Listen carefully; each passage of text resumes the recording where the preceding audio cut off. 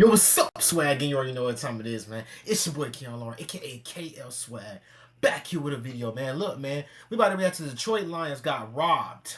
The NFL is rigged. Shout out to my boy, man, Matt Be Great.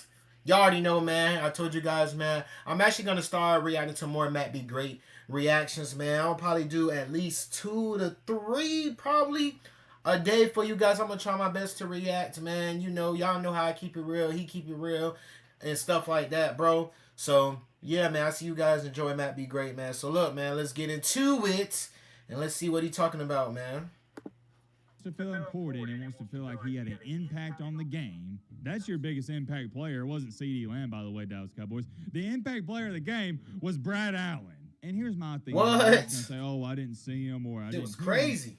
Why else would this guy right here Brett be Lyons supposed to win that over game towards you or be standing in front of you when everybody else is in the huddle? Think about it. Dude, what more do you want him to do? He is. You see it right here. He's standing in front of him, and the ref is the one who's trying to hurry up, and he's running away from him.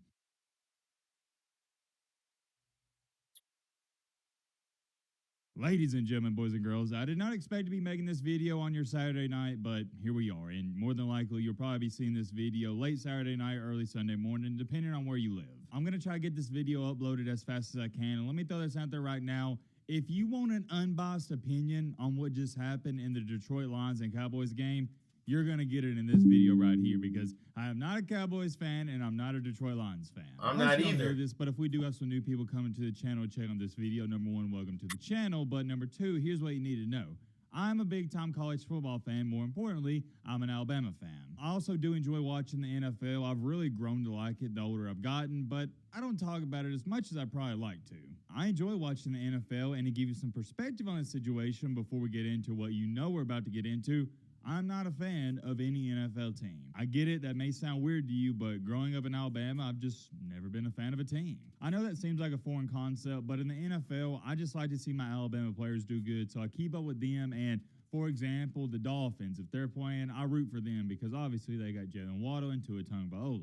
Like anybody else, I always like watching the NFL games and rooting for the underdogs. It's trash ass Tua trash. One of the biggest underdogs in the history of the NFL is no other than the Detroit Lions. Yes, this year is an outlier. They're one of the best teams in the league, but for the most part, they're still the Lions. And now that I think about it, I've really been rooting for the Lions pretty hard this year because they got Jamison Williams. He played at Alabama. They got Jahmyr Gibbs, the star running back from Alabama. And like I said, they're underdogs. They haven't been good in a very long time. I like to see him do good, and I love Dan Campbell. I love his mentality. He wants to go out there and win the game. He doesn't play it safe, and I love that attitude. But tonight, and you know we got to talk about it, I witnessed a robbery live on television. More importantly, not just live on television, but live on national television. Don't act brand new, and I'm not going to beat around the bush and talk about the first quarter, second quarter, and third quarter. No, I'm talking about the only play that mattered and the only play that everybody's talking about. At the end of the game, the two-point conversion. Dallas is winning 2013. The game seems all but over, but Jared Goff leads the Lions down on a game-time touchdown drive, or what was supposed to be a game-time touchdown drive, pending extra point. And I saw this coming from 10,000 miles away, and even the reporters were talking about it. If the Lions can somehow score a touchdown, they're going to go for the win, and they did just that. And Dan Campbell and the Detroit Lions coaching staff draw up an amazing two-point conversion play, and it works. They get the two-point conversion. Everybody's celebrating. It's 21-20.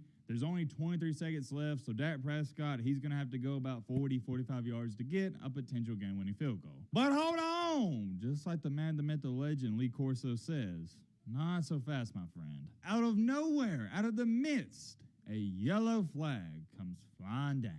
And what was so odd about this flag, and even the announcers were talking about it, it was extremely late, okay? That's one thing that had me questioning what was going on because I honestly thought it was some unsportsmanlike penalty because it was well after the play. Maybe they threw it down earlier, but from what I saw on the television screen, it came out really late. But guess what? Because a ref wants to feel important, and guess what? You're not, buddy. Okay? People don't pay to see you throw flags. They don't care about you. Why do people watch the games? Why do we watch the games? Because we care about our teams and the players. We don't care about the refs. Let me calm down. Calm down, Matt. Calm down, Matt. Sorry about that, but let me get back on track here. Because a ref wants to feel important and wants to feel like he had an impact on the game. That's your biggest impact player. It wasn't CeeDee Lamb, by the way, Dallas Cowboys. The impact player of the game was Brad Allen. And since Brad Allen wants to feel like he's the MVP, Hi, Frank George. He says, since Brad Allen wants to feel like he's the MVP. EMS is electrical muscle stimulation. Bro, he be snapping. He throws a flag on a play, and he alleges that guy, the lineman, he never reported. He stated that 70 reported, not 68, when 68 is clearly standing in front of his two eyeballs. Like, dude, what are we talking about? Yeah. What pissed me off the most is when they were talking about it and they called the flag. I was like, oh, okay. Maybe the guy didn't report. Maybe it was completely on the lines. But no, when they showed the replay, it pissed me off even more. Yeah. I'm sitting there looking at it, I'm like, wait a minute. 68 is standing directly in front of him. And then they show the part where Jared Goff tells 68 in the huddle, you need to go over there and report to the lineman. Not the lineman, my bad, the referee. And what does he do? He jogs over to him and reports to him. I need a haircut bad. In a retwist. In my favorite sport, I know, y'all. I'm getting it done soon. The referees, refs, whatever you call them, in college football, they've never done stuff like this, ever. They've made a couple bad calls here and there, but for the most part, who gets the most backlash? NBA refs and NFL refs. Yeah, that nigga fast as hell. Is because these are professional sports. If anything, you would expect calls like this to happen in college games, but it doesn't. I don't understand. We're talking about a professional sport. This isn't high school. This isn't JV basketball, middle school football. This isn't college. This is the NFL. Yeah. And we're still having refs out here making rookie mistakes. Yeah. And it's not even a rookie mistake. My apologies. That's understating it. This affects everything. This affects the playoffs. Do y'all know the magnitude of that one call? It doesn't just cost Detroit Lions a win. It potentially costs them the number one seed in the playoffs. So much stuff and so much crap's going to be affected by this, and I don't want to dive into it too much because that's the butterfly effect. Yeah. If we get into the butterfly effect, we'll be sitting up here talking for the next 35 minutes. And here's my other problem with this. I saw some people saying, oh, well, 68 should have made it evidently clear to the ref. He should have went out of his way. Dude, what more do you want him to do? He is. You see right here, he's standing in front of him, and the ref is the one who's trying to hurry up, and he's running away from him. It almost seems like the ref wasn't paying attention. He wasn't doing a good job. My head. Very lackadaisical. And here's my thing, and the ref's going to say, oh, I didn't see him or I didn't hear him.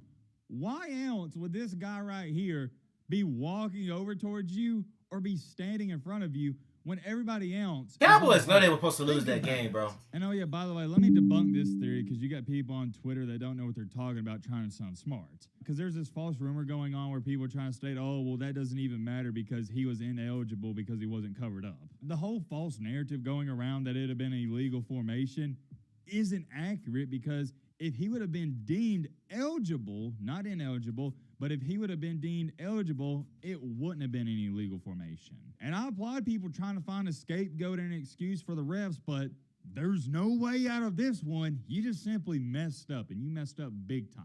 And guess what? Dan Campbell even told the refs... That's why the Cowboys ain't going to the playoffs. The game, I mean, they going, but that's why the Cowboys losing in the playoffs. The only word to describe they're losing, so situation is who cares? They got this little easy W. I mean, they got that little dumb W. This is happening at the telling highest level of Cowboys is not going to the playoffs. I mean, they're not winning in the playoffs. They're not winning. And let me make this exponential. They're not winning. I'm telling you right now, they're not winning. The first thing they point to, they are not winning. Rigged, basketball's rigged, football's rigged, blah, blah, blah. I hate that.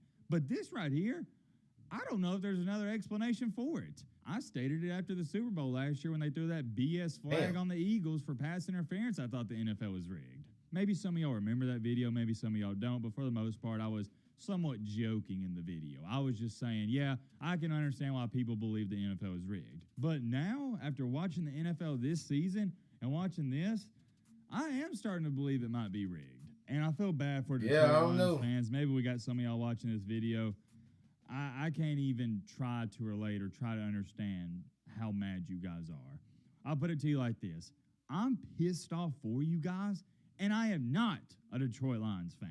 A little different type of video. Like I said, don't talk about the NFL too much during the college football season, but I had to speak on this. Let me know your thoughts. That's crazy, bro. I can't believe that. But hey, it is what it is, man. The Cowboys, y'all got lucky, but y'all losing in the playoffs, so it doesn't mean anything. Y'all got the W, but yeah, y'all still losing though. Y'all still trash. Trash.